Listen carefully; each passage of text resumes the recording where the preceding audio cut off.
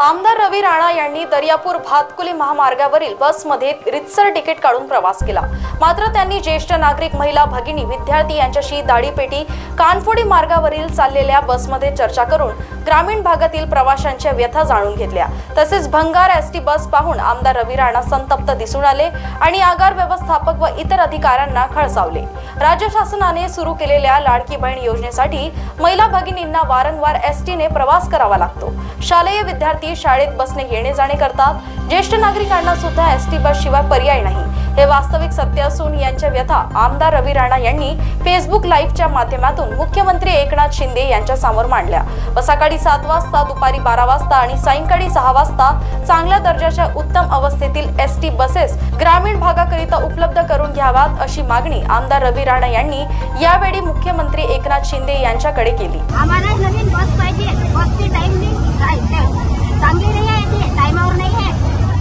याच्यासाठी आम्हाला टाइम चांगले पाहिजे, बस नवीन पाहिजे आमच्यासाठी। त्यांची टाइम आहे ना 3 वाजेपर्यंत, आम्ही जाऊ कधी नाही, आव कधी।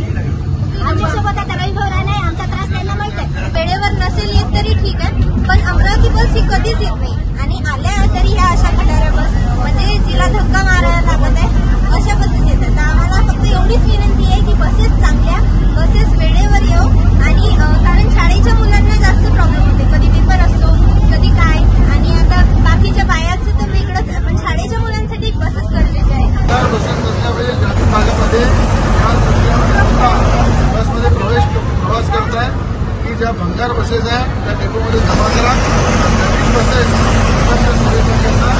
सोबतच राज्य परिवहन महामंडळाच्या व्यवस्थापकीय संचालकांना फोन करून या संदर्भात तातडीने कारवाई करण्याचे निर्देश आमदार रवी राणा यांनी दिले।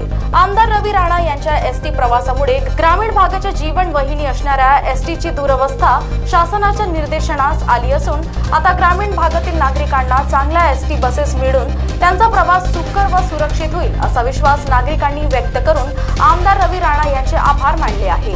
महाराष्ट्र टीव्ही 24 साठी सचिन करडेची रिपोर्ट।